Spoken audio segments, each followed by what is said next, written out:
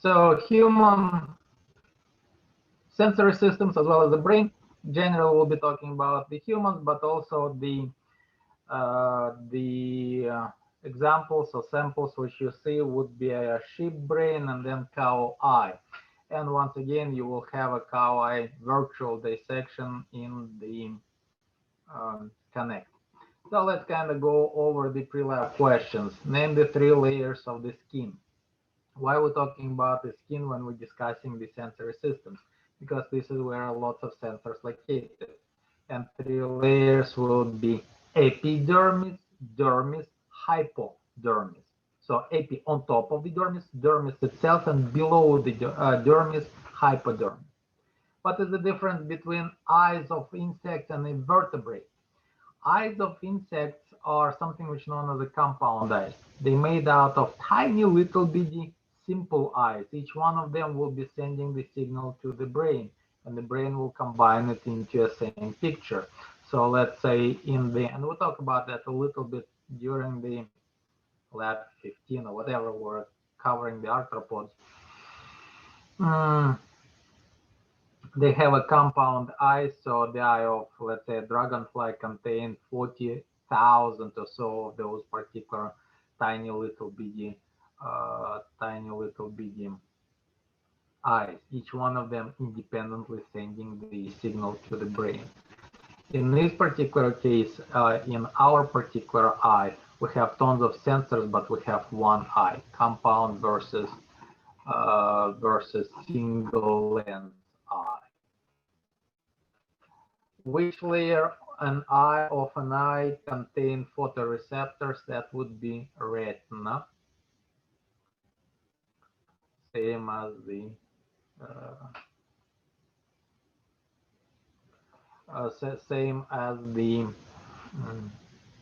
name of the MacBook Pro line, right? Retina, the high definition one. What is the blind?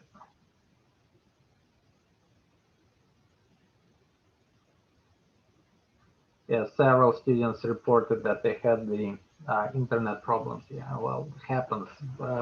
If you run a little bit late, I had to restart my computer in the beginning of the lecture as well. So thank you for letting me know. So what is the blind spot in the eye? Blind spot this is where the nerves coming out from the brain, basically the optical nerves coming out, spreads out. So wherever it's spreading out to get information from the receptors. So that particular opening where the nerves coming into the retina, this is where no photoreceptors. No photoreceptors, it's literally a blind spot. So we have a blind spot, but right next to it, we'll have something which is known as a high definition part, macula lutea. And this is basically the area where we have the highest amount of photolight sensors. As a result, that's our high definition part of the eye. As a result, that's kind of blocking. That's why we don't really have a hole whenever we are seeing, like even with one eye, we don't see that. We don't really see the black, black kind of in the middle, the black dot, because of the blind spot being kind of masked. What's really interesting about, and not everybody realizing, that our photoreceptors, this is the eyes, right? Our photoreceptors are not facing the incoming light. They're facing the opposite way. They're facing backwards, which makes our eyes not extremely efficient comparatively to, let's say, the eye of the cephalopod. So our light receptors facing backwards. That's why we have those particular nerves coming out from the front. And that's why the nerves have to come out, and we have that blind spot. If they would be facing forward, the nerves would come from the back, and therefore there would be no blind spot. Anyway, where in the skin? Remember 3 layers: epidermis, dermis, and the hypodermis. You will find it in the dermis. Most of the receptors will be located in the dermis. What part of the eye is changed during LASIK surgery? That would be the lens we have a structure which can change its shape. They're making stuff in focus.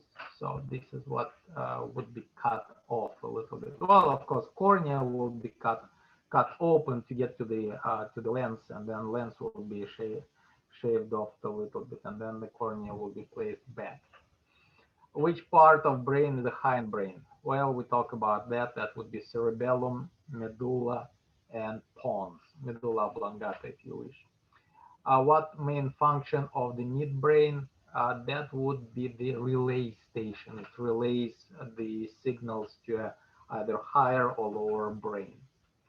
Which brain controls emotion? Well, depending which one, basically hypothalamus, partially, and our cerebral cortex also responsible for that. So midbrain, front brain, or midbrain typically.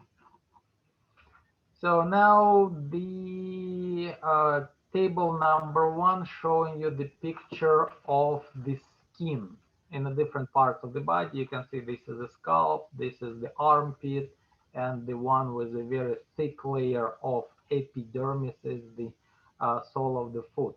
So a very top layer known as the epidermis, and epidermis is essentially made out of some of the live cell, like kind of pinkish, I guess, beigeish, and then the layer of the dead skin. So that one is the.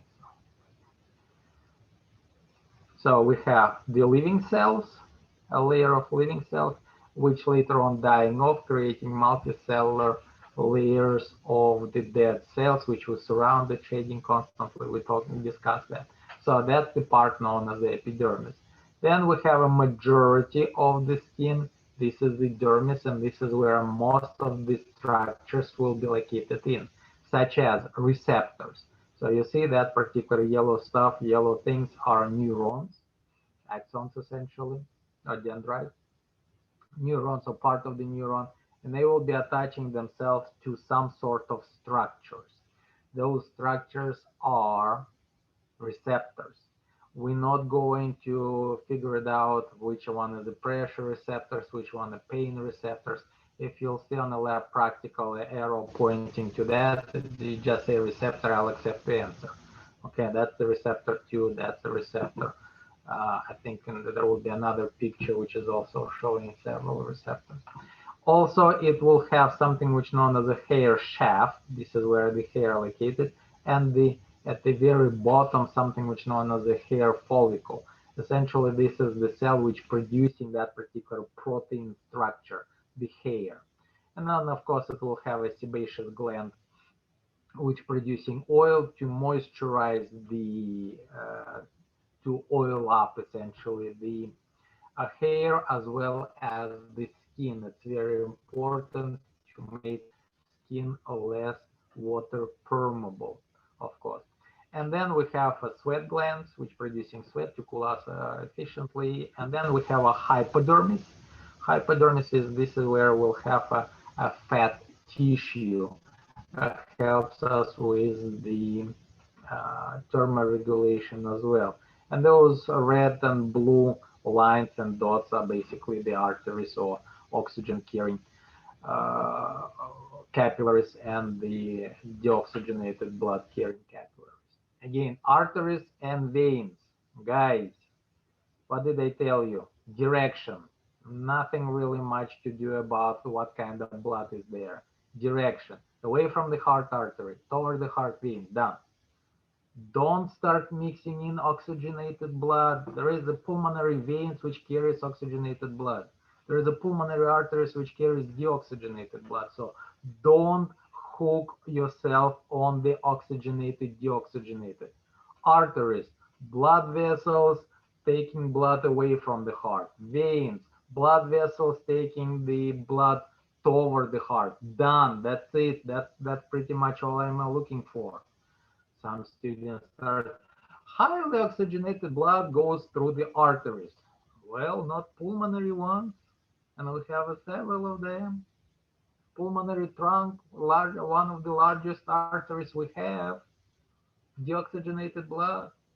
Don't give me the, I don't care about oxygenated, deoxygenated.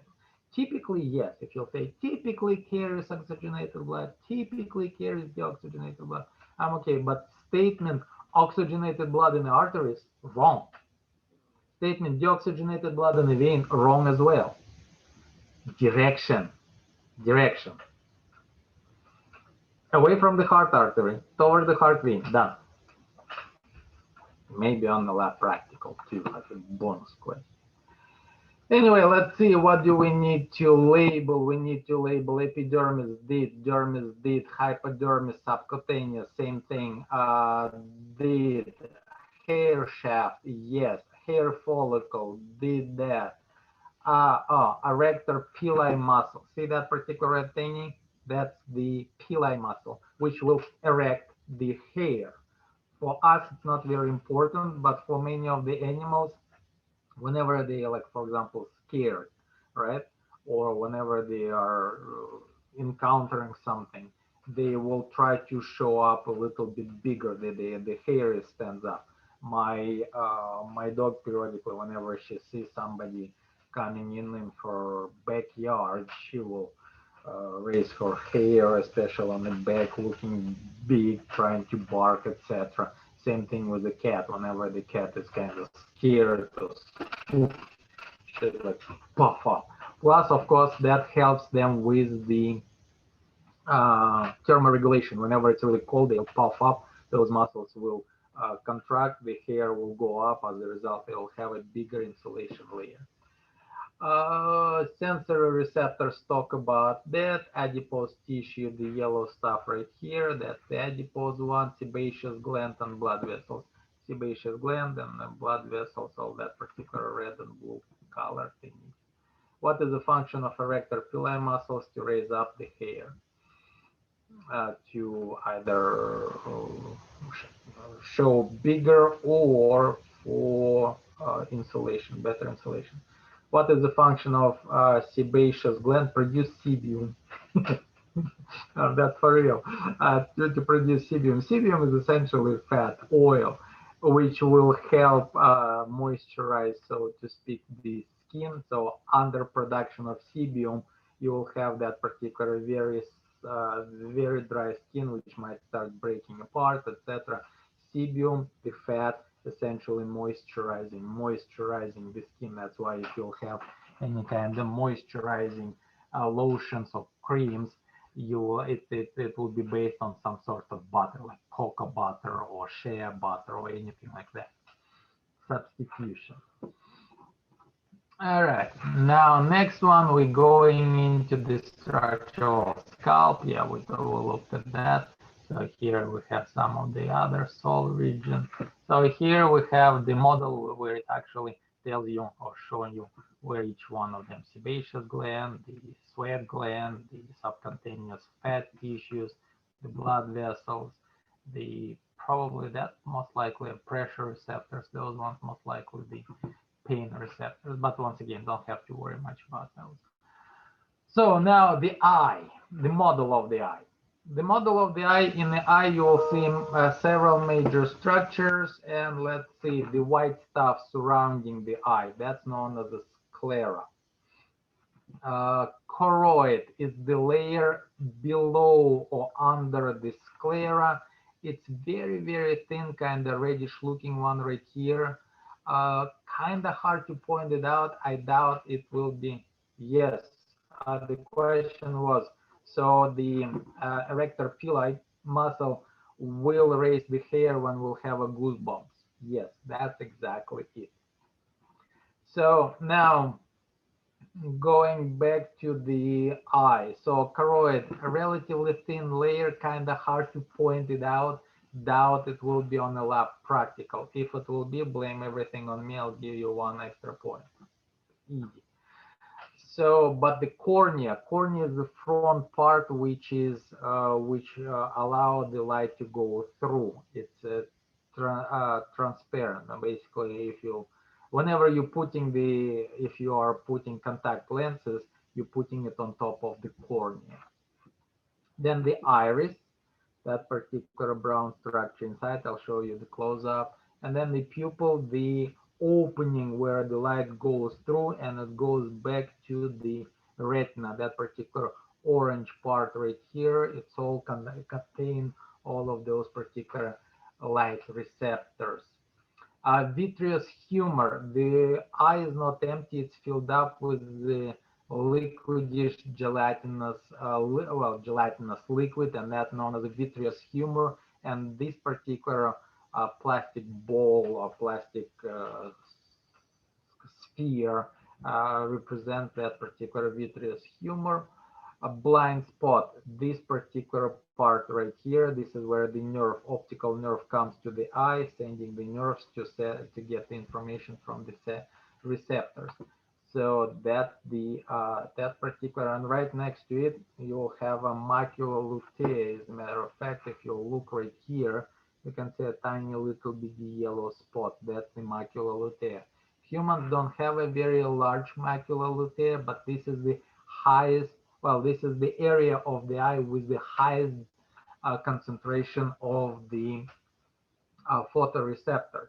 You might heard that some of the, like, let's say, hawks, they can see that tiny little bitty mouse running in the grass 300,000 feet from here. Can you see that? No, you cannot. Why the hawk can and we cannot? Just because they can zoom it in? No, they cannot zoom it in. They have a better zooming abilities? No, once again, they don't have a zooming abilities. They have a very large macula lutea, meaning they have a very large high definition area. So whenever they're looking, they start seeing that particular mouse running when you, with, well, us, me too, don't really see it because our eye doesn't have that high definition area. All right, so macula lutea, lacrimal gland is this guy right here. The structure is producing the liquid surrounding the eye and then inside the eye too.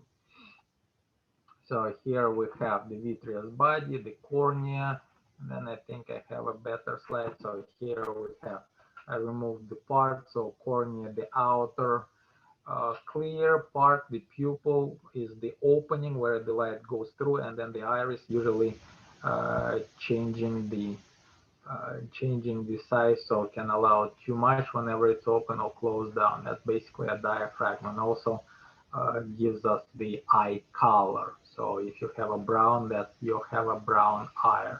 I have a bluish grayish colored eye, then my iris is the bluish grayish, blue officially. So that's, I think that's, yeah, so here we have cornea, pupil, lens, right? Yeah, lens, it was kind of hard to see it, but lens is located behind the iris, and this is what the LASIK operation would be adjusting or changing. So here we have a retina, all of that orange, that particular kind of brownish reddish layer, that's a choroid, and the white stuff is the sclera, of course, and then macula lutea, and this is where the optical nerve gets into the eye. So blind spot. It's blind because we don't have any sensors there, light sensors. All right, well, the brain part. In the brain, on the exterior, you'll have to find the cerebellum, cerebral hemisphere, olfactory bulbs, optic nerve, optic chiasm, optic tract, and the cranial nerves. All right, very easy stuff. So let's kind of take a look on this part. So this is the external part and the hemispheres, right? The larger ones on the side. So those ones are nice. So that would be the hemispheres. That brown structure on the side, kind of look right here. That structure, that's the cerebellum. Remember, coordination of the movement. Now the first pair of cranial nerve will create those bulbs, right? Kind of sticking right here. That's the olfactory, the smelling bulbs. And you see they're not cross-secting, so the whatever is you smelling with your right nostril will go into your right part of the brain. Whatever you'll smell with your left nostril will go in the left part of the brain. That part right here, that's cut out, but there will be optical nerves and the eyes are right here. So optical nerve goes from one eye and the other eye, and then that would be the optical nerves. Optical nerves cross-secting. See, optical nerve number one, optical nerve number two, and in this case it's called optical chiasm. The merging. That's a second pair of what? Cranial nerves, the nerves coming out straight from the brain. There is quite a few of those. Again, there is 12 pairs. First pair is olfactory, second pair are optical. And they are labeled right here as well. So those are optical, not optical, cranial nerves. So this part, this is the nerves endings, they go throughout generally head and the neck, but also some of them moving further down the body. So yeah, we covered that relatively easy, done. Now longitudinal section, that's the pineal gland right here. Not in this part. So here we have the cross section. Again, cerebral front cerebral hemisphere. That structure known as a corpus callosum. It's connection between two hemispheres, right? Then you will need to put the medulla, that part, the D part, kind of the medulla oblongata. E would be the pons. Then B would be the cerebellum. Within the cerebellum, you see that particular kind of tree-looking structure called arbor vitae.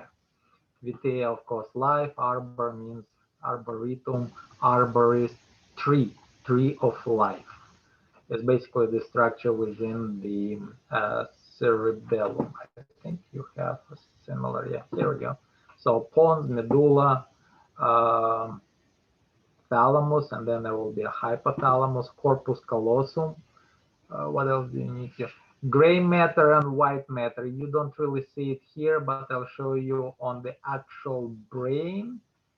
And lateral ventricle. Oh, here we go.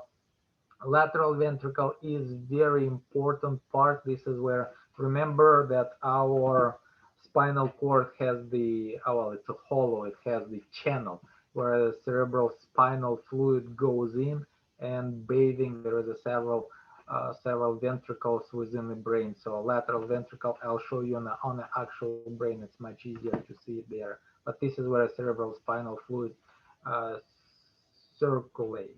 So here we have a cerebral hemispheres, and again optical. Well, this is basically showing you the 12 pair of nerves. Number 1, number 2, then that's number 12. So yes, all of those are showing you the optical nerves. Now let's take a look at the cross section. Again, cerebellum, medulla oblongata, pons, and that kind of hole, a cavity. That complete cavity, that's the ventricle, lateral ventricle. Now, if you look on top, and I think I have a little bit better slide right there, but in this case, let's take a look. I think here we go. The cross section of the brain, you can see the corpus callosum keeping in contact two of those hemispheres. But look at this particular part. Right here, we'll have a darker kind of pinkish grayish color. That's a gray matter. And then in the middle, we have the white matter. Okay, white matter. And of course, in the spinal cord, white matter is the outside and the gray matter is inside. And here we have a brain with the different areas, but again, you can clearly see the medulla, the pons, the part of the midbrain, cerebellum, cerebrum, of course, and then the lateral ventricle. See that right here. The lateral ventricle, which is essentially located almost underneath of the corpus callosum. So here again, lateral ventricle clearly seen as the cavity. And also you can see the gray matter and the white matter.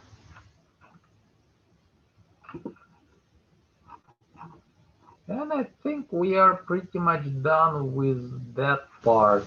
Let's kind of take a look on the cow eye. And you will be doing the virtual dissection of the cow eye, but there is a couple of things which you need to kind of make sure that you know. Let's take a look. Sclera. You should be able to name the sclera on the eye, and this is the white stuff right here. That's the sclera, right? Choroid is kind of hard to see, so don't worry about that. I once again doubt that it will be on the lab practical. Retina, the back of the eye. But the cow eye also has that particular iridescent layer. Iridescent layer known as the tapetum lucidum. Lucium, Lucius, shiny. Lucifer, right? The shiny one. So in this particular case, tapetum means a layer or uh, tape, essentially, shiny layer.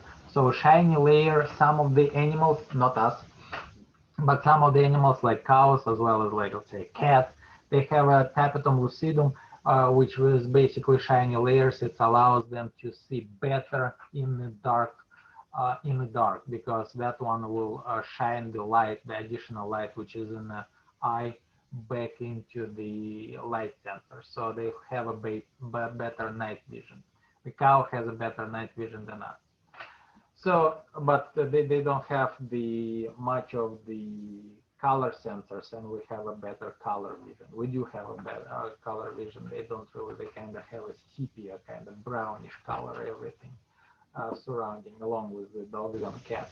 So in this particular case, sclera, yes. Retina, please no. Cornea. Cornea is basically, well, I'll show you the better pictures, but cornea is the top. This is cornea right here. That would be the cornea. Then tapetum lucidum, that particular shiny layer on the back of the eye. Pupil is the opening right there. The lens is that part right here.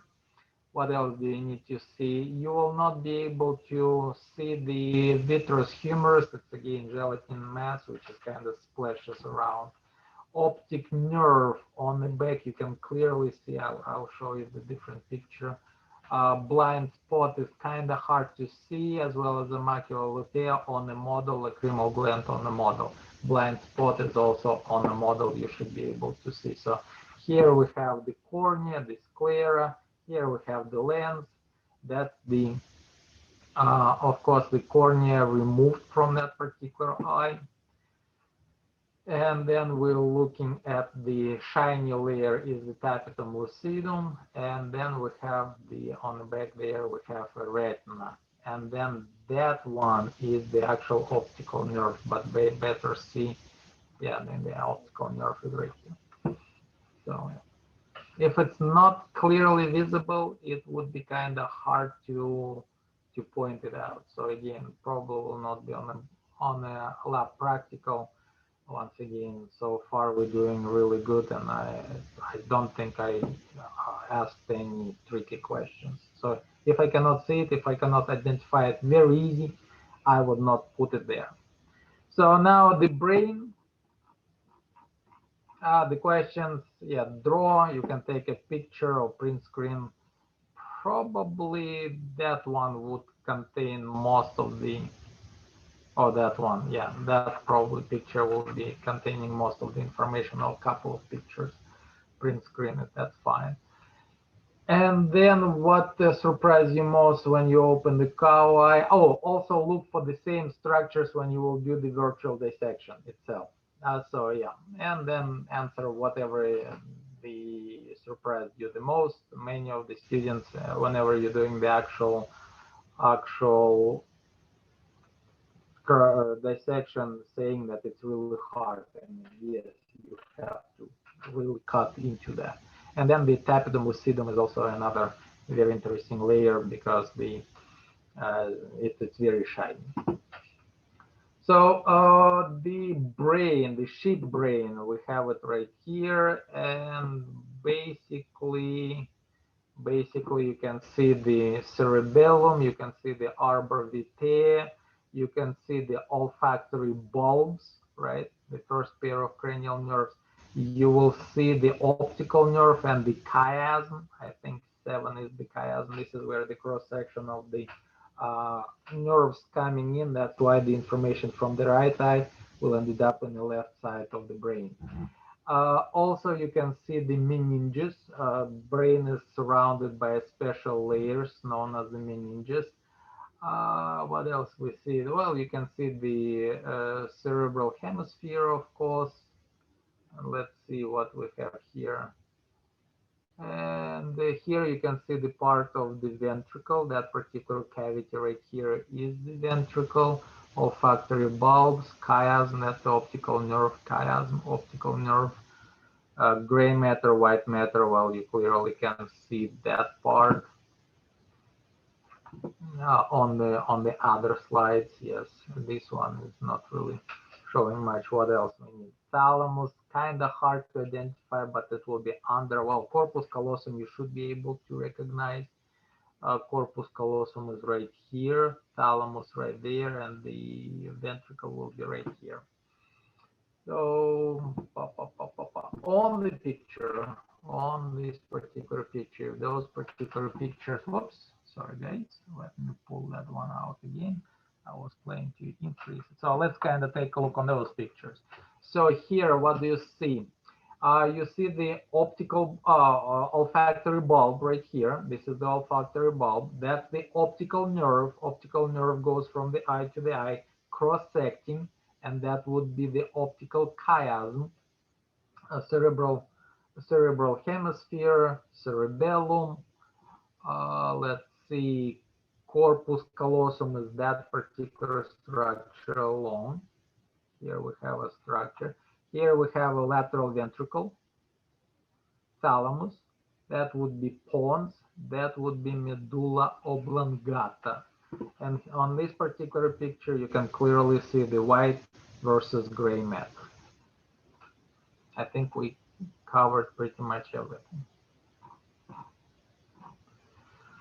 Which part of the eye show the color of the eye? That would be the iris. What is the aperture that light goes through? That's a pupil. Which layer contain photoreceptors? Retina. Which part of the brain control the high function? That's the cerebral hemispheres. Which organ of the body process information collected by the sensory organs? Brain. Which part of the brain maintain basic homeostasis of the body? Pons and medulla. Hindbrain, essentially, it's called the lizard brain. Sometimes referred to the fish brain too, but it's a hindbrain. Medulla oblongata and the pons specifically. What is a function of tapetum lucidum? Reflect the light back into the retina. Do the human eye have a tapetum? We don't have that. And the main purpose, and yes, your favorite reflection question. We are done with the lab. Now, it was also kind of part of the review. Let me pull it out really quickly, the review. Open.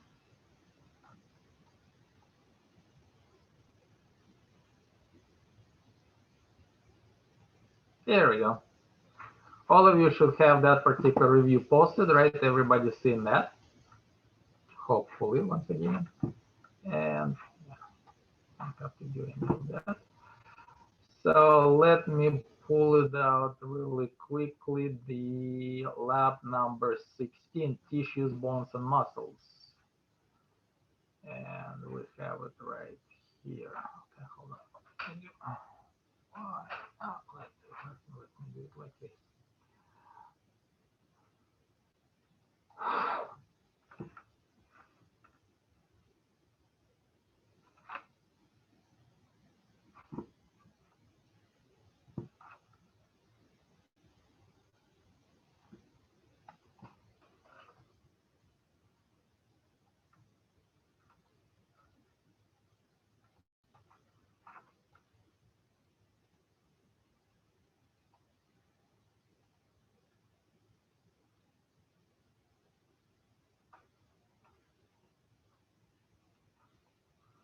All right, let's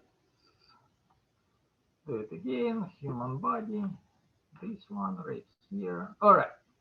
So let's kind of take a look on the first set of questions from lab number 16.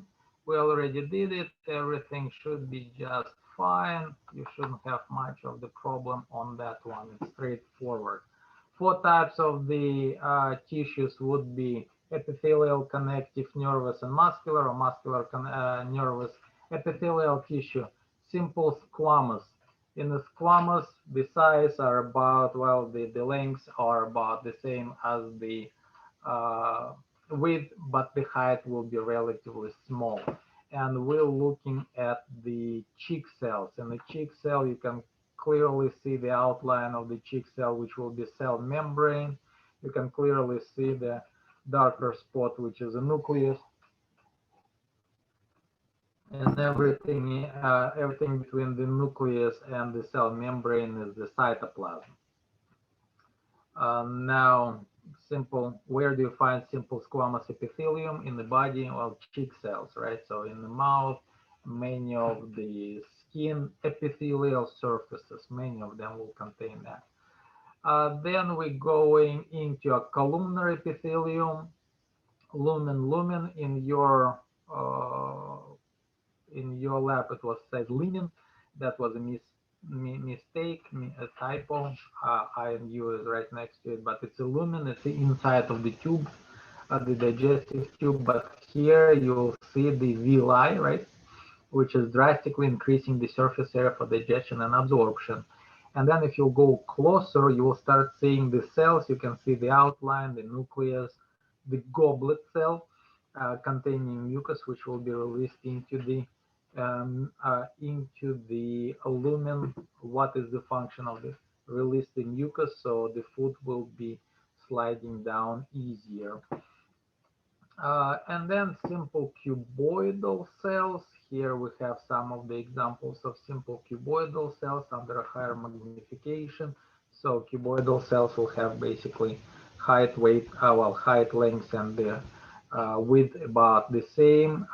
Simple one layer of the cell, and we can find that we are in the kidney, tubules.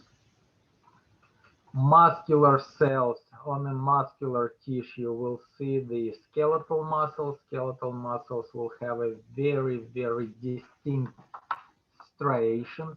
You can clearly see those particular striations right here as well as right there. If there will be a question regarding that, I'll double check that it shows the striations, and you will see tons of different tiny little bitty nuclei because they multinucleated cells. Now, smooth muscles, whenever you go into a smooth muscles, very similar, but you don't really see those particular striations. So, and then in the cardiac muscle, what you will see is the faint striations as well, but also you will see those dark lines across the cell, and now those ones are known as intercalated discs. Nucleate or enucleate. So skeletal muscles voluntarily, we can contract them. Smooth muscles are not, and the cardiac muscles are not voluntarily. Now on the connective tissues, so we're talking about the adipose tissue. Let me pull out the adipose tissue. Adipose tissue is here, so you can see kind of nice and round fat cells. And you can see that the nucleus will be pushed down toward the cell membrane, not cell wall, cell membrane. Animals don't have cell walls. Now, cartilage, well, we should have a blood too, right? Yeah, there will be blood. So cartilage, no, that's blood, that's the fat. Here we have a cartilage. Cartilage cells, you can clearly see the cells themselves, the purple, dark purple spots. That's the chondriocyte, the place where it's located and known as the lacuna, and that like purplish pinkish color is the matrix of the cartilage, chondrine, right, made out of chondrine. So chondrocyte, lacuna, matrix.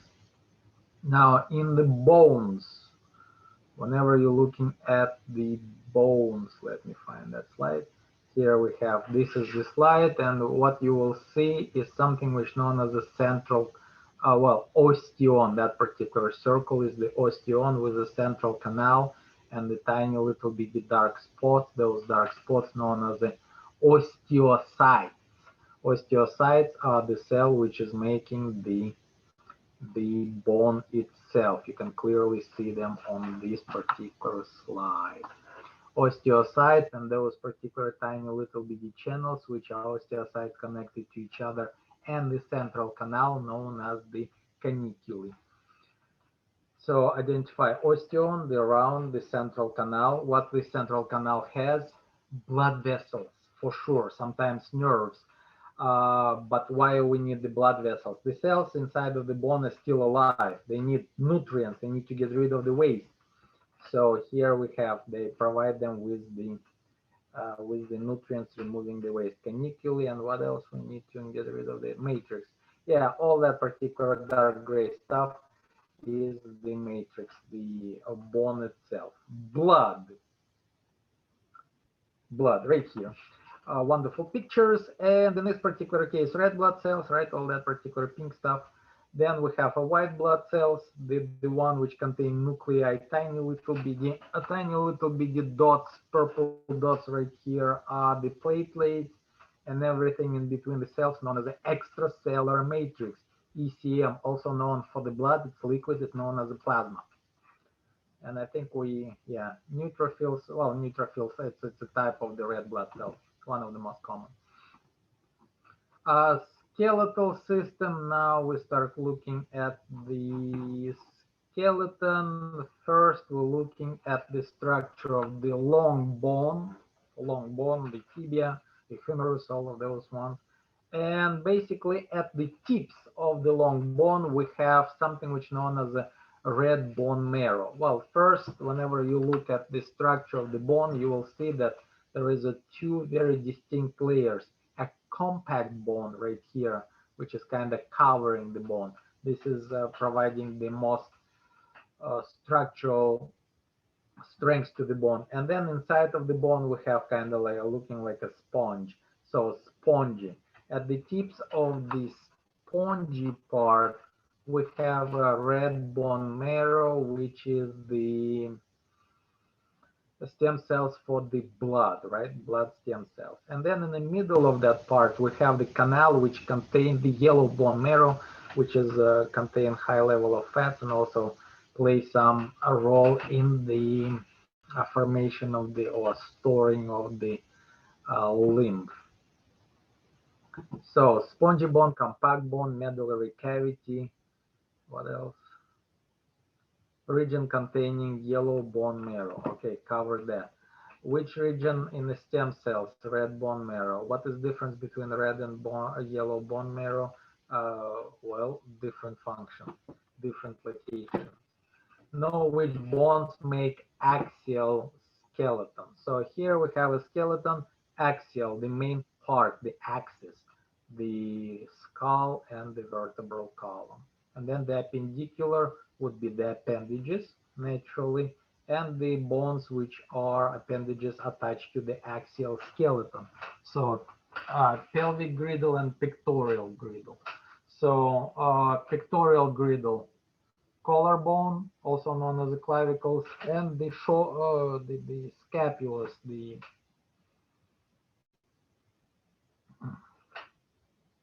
it's not shoulder bone. Well, it is scapula. Yes, shoulder bone, right? So,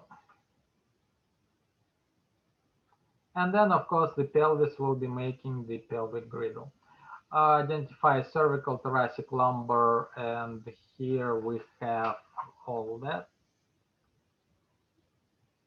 So the cervical, and then we have the thoracic one, and then we have the lumbar, and then we have the sacral and the tail bone.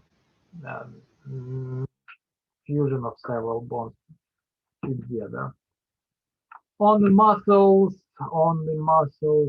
male versus female. Male will have less than 90 degrees. The bones, females will have a larger degree. So here we have the muscle man, so to speak, and then there is a several major muscles which you need to know: the bicep, the tricep, the oblique, the quadricep, the hamstring, the gluteus maximus. So all of those we are covered, right? And I think they're even labeled for you somewhere. Yes, 1, 2, 3. So here we have a bicep. Here we have a tricep.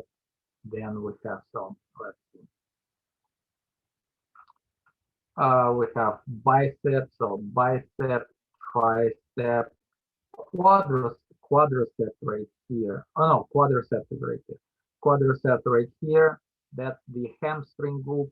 Then we have the oblique and the gluteus maximus. They go exactly in the same order. So bicep, tricep, quadricep, hamstring, oblique, the gluteus maximus.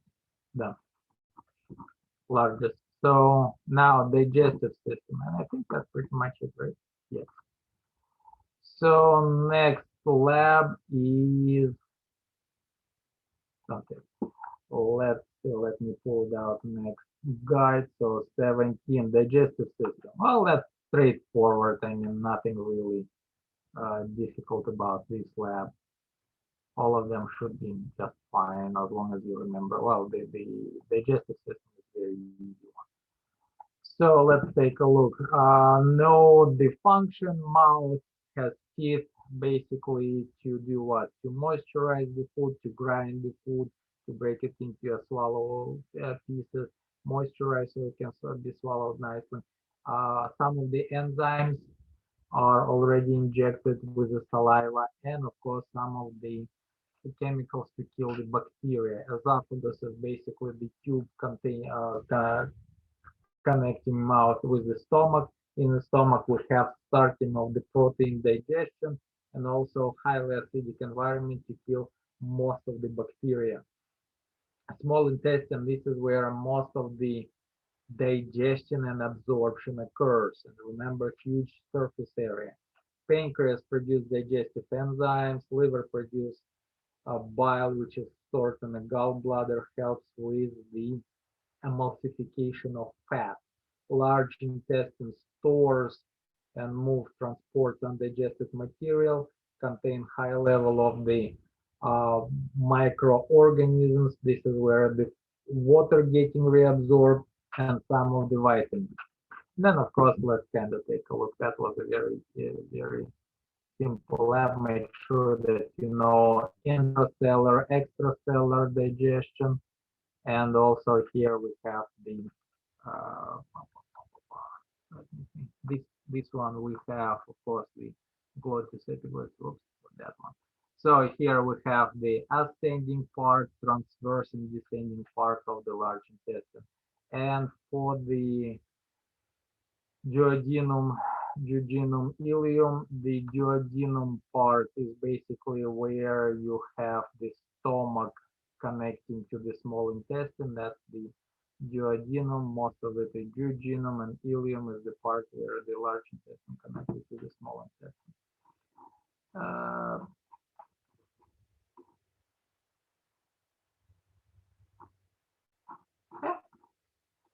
Like I said, easy.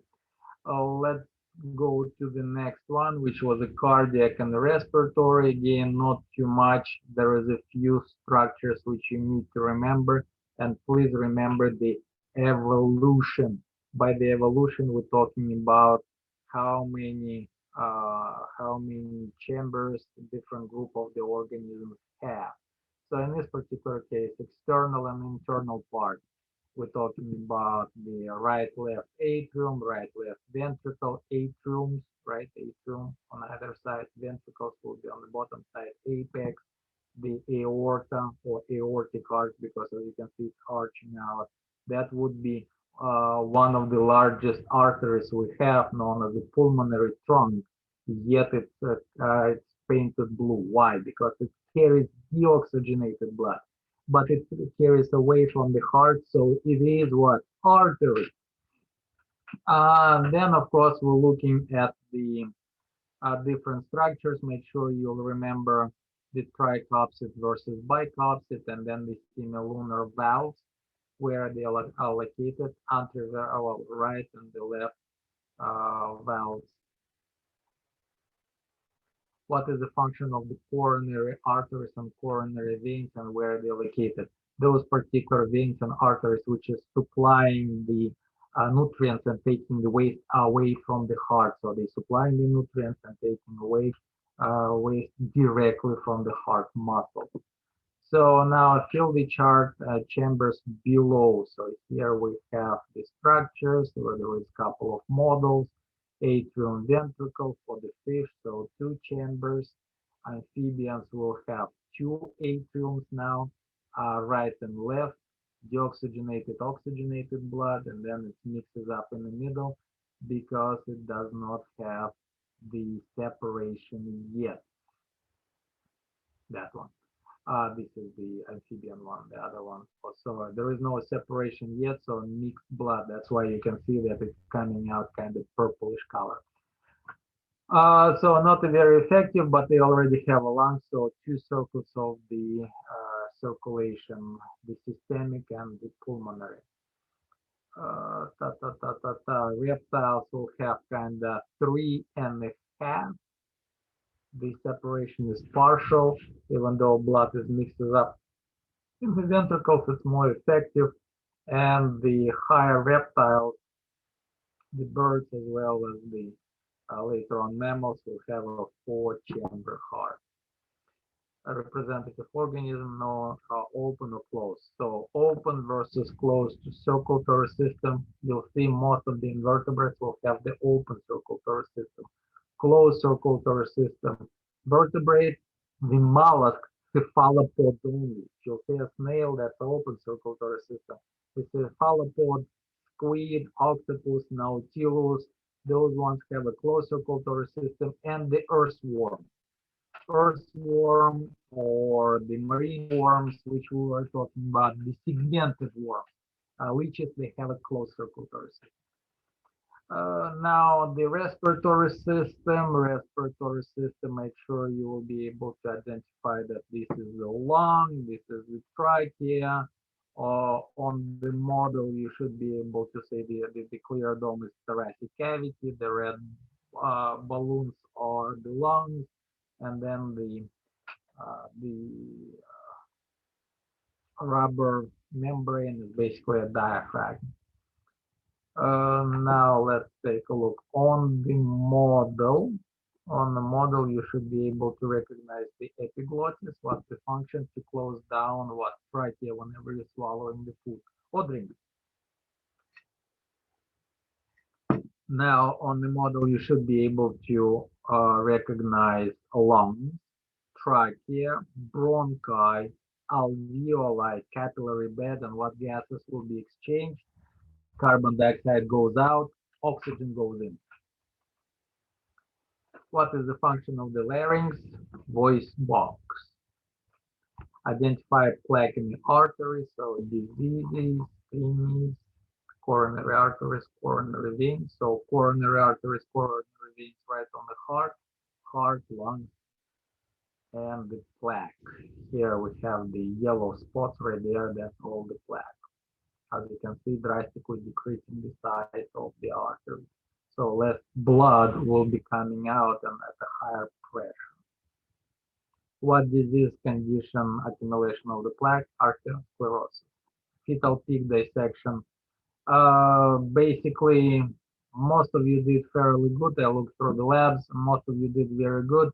Keep in mind those particular 15-ish internal structures: trachea, lungs, heart, diaphragm.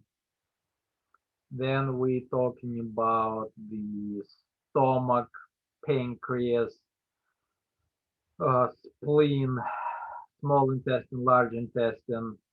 Then we're looking at the kidneys, the sacs of the baby, the liver, of course, the gallbladder. What else? Well, larynx, that's on top of the trachea.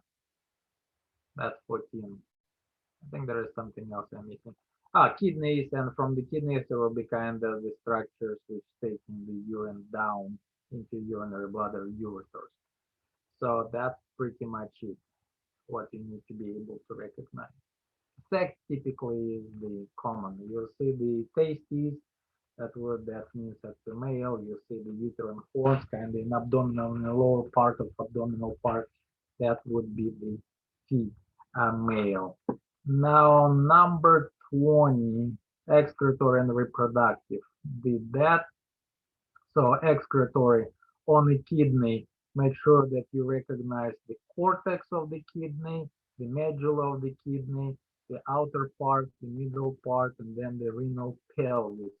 The renal pelvis merge into a ureter. There is two major blood vessels coming into each kidney. The bright red one, renal artery, and the blue one, renal vein. On the structure of the nephron, be able to recognize glomerulus, glomerular or Bowman capsule, distal, uh, distal, so glomerulus, Bowman capsule or glomerular capsule, proximal convoluted tube, loop of Henle, distal convoluted tube, and then the collecting duct. So renal artery, renal vein. Let me see what else do we have here. Renal artery, vein, ureter, renal pelvis, renal medulla, renal cortex, nephron, the whole thing. Glomerular Bowman capsule, proximal convoluted, loop of Henle, distal, collecting, and the glomerular capillaries. All of that, or here we're looking at the picture of the Bowman capsule surrounding the ball of capillaries. There we go, glomerulus. Reproductive structures, no sexual, asexual, reproductive parts, right? And then whenever you're looking at the female, what do we need to be able to recognize? So in a female, ovary, uterus, oviduct. So ovary right here, that's the oviduct, also known as the uterine horn, which is leading to the uterus. Uterus is a place where the baby is developing. Here we have the vagina and the cervix. Well, basically at the very end of that structure, which is basically a female organ of copulation. Urinary bladder, this is where the ureter coming in from the kidney, the urethra. Urinary bladder, which is not really a part of the reproductive system, but still named there. Ureter, rectum, and anus, rectum, and anus. Anus, yes, also not a part of the reproductive system. What structure called the growing fetus? That would be a uterus. What is the function of the corpus luteum? Corpus luteum producing the hormones to prepare uterus to accepting the embryo. On the ovarian model, here we have the ovaries, a cross section of the ovaries. We have the primary follicle, right? Secondary follicle, primary oocyte, secondary, primary oocyte, secondary follicle. That's the secondary follicle. So primary, secondary follicle, grafting follicle, the cell which will be released the egg into the oviduct, and then the grafting follicle collapses, creating the corpus luteum. So now on the male, so here we have the oviduct, the ovaries, the egg release goes into the oviduct, from the oviduct ended up in the uterus, and here we have vagina and cervix. Now on the male structures, here we have the, let me see, that one. So what we need to, so testis, right? Testis, epididymis. Then we have the vas deferens, which goes through the prostate gland and uterus urethra will merge there, so through the urethra, through the penis, out into the wild, so to speak. So penis is the organ of copulation, and no asexual, sexual for representative organs. And we're talking about, can the starfish do sexual reproduction? Yes, it has the gonads right here. Egg sexual reproduction, larvae, all that particular good stuff, don't have to worry about that. But asexual fragmentation, the hydra sexual gonads right here goes through the sexual reproduction, don't have to worry much about that. But the special type of asexual reproduction are the buds, tiny little bitty polyps, so budding. And the sexual reproduction, the main idea behind the sexual reproduction is genetic variance. And sensory systems and brain, we just covered that. I don't think we need to go over that.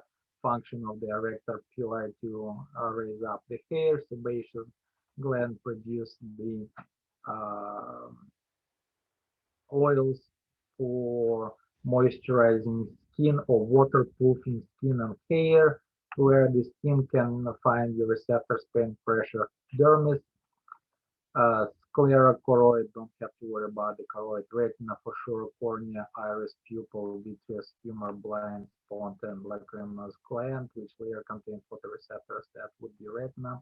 What is a blind spot? This is where the nerve enters the eye, the optical nerve dissected. Tapetum is quite common in the question on the test because you can clearly see it bright, shiny.